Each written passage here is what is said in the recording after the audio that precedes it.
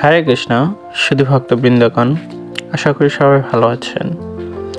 সামনে রাধা অষ্টমী, তদুপলক্ষে রাধারানীর কাপড় আমাকে বানানো দেওয়া হয়েছিল, কিন্তু বাজারে গিয়ে অনেক কাপড় দেখেছিলাম, কিন্তু কোনোটাই পছন্দ হয়নি। তারপরে চিন্তা করলাম ফেব্রিক্সের নিজে নিজে কাজ করলে কেমন হয়। যে কথা সেই কাজ, কোনো চিন্তা ভাবনা না করে বাজার থেকে কাপড় আর ফেব্রিক্স কিনে এনে কাজ শুরু করলাম। আগে কখনো আমি ফেব্রিক্স দিয়ে কাজ করিনি, শুধু শুধু চেষ্টা করছিলাম। এখন সব রাধারানী জানে কেমন হয়েছে। আস্তে আস্তে ট্রাই করলাম, অনেক ডিজাইন দেখলাম, অনেক ডিজাইন ঘাটাঘাটি করে মোটামুটি এই ডিজাইনটা নিজের মন মতো দেওয়া শুরু করলাম। আপনারা সবাই একটু কমেন্টে জানান ডিজাইনটা কেমন লাগছে, কারণ আমি আগে কখনো এই কাজগুলো করিনি। রাধারানীর কৃপায় এই কাজগুলো জাস্ট আমি ট্রাই করতেছি। যদি ভালো লাগে তাহলে আমাকে একটু উৎসাহিত করুন।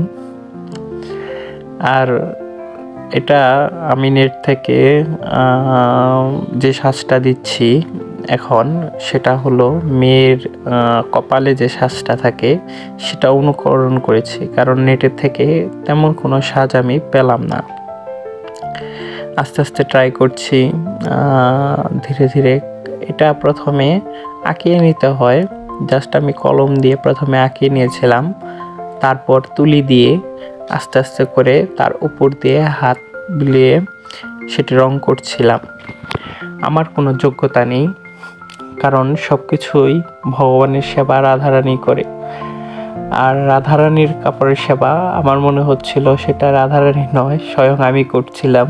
কারণ আমার কাছে রাধারানীর কাপড় এটা তৈরি করার পর এত ভালো লেগেছিল যে আমি বলে প্রকাশ করতে পারবো না। কারণ লালের ওপর সাদা কাজ করা, এটা খুবই চোখের মধ্যে প্রতিফলিত করে, যার ফলে এত ভালো লাগে। আপনারা সবাই রাধা অষ্টমীতে সাবলী ইস্কন মন্দিরে এসে রাধারানীকে অবশ্যই এই কাপড়ে, আমি যে কাজটি করেছি এই কাপড়ের রাধারানীর কাপড় হবে, এটি দিয়েই আপনারা সবাই দর্শন করবেন। এখন তৈরি করছি রাধারানীর যে জামা, সেই জামা ডিজাইনেবল। একটু দেখতে পাচ্ছেন কিভাবে একটু কাজ করছি, কারণ আমি কি করব এখানে বুঝতে পারছিলাম না। তারপর আমার যা মনে আসছিল আমি তাই করছিলাম। আস্তে আস্তে রাধারানীর জামার কাজটাও প্রায় শেষের দিকে হয়ে গেল। এখন আপনাদের শেষ লুকটি দেখাবো রাধারানীর কাপড়ের। দেখেন ফার্স্ট থেকে লাস্ট পর্যন্ত জামা সহ। আজকে ভিডিওটা এই পর্যন্তই। হরে কৃষ্ণা।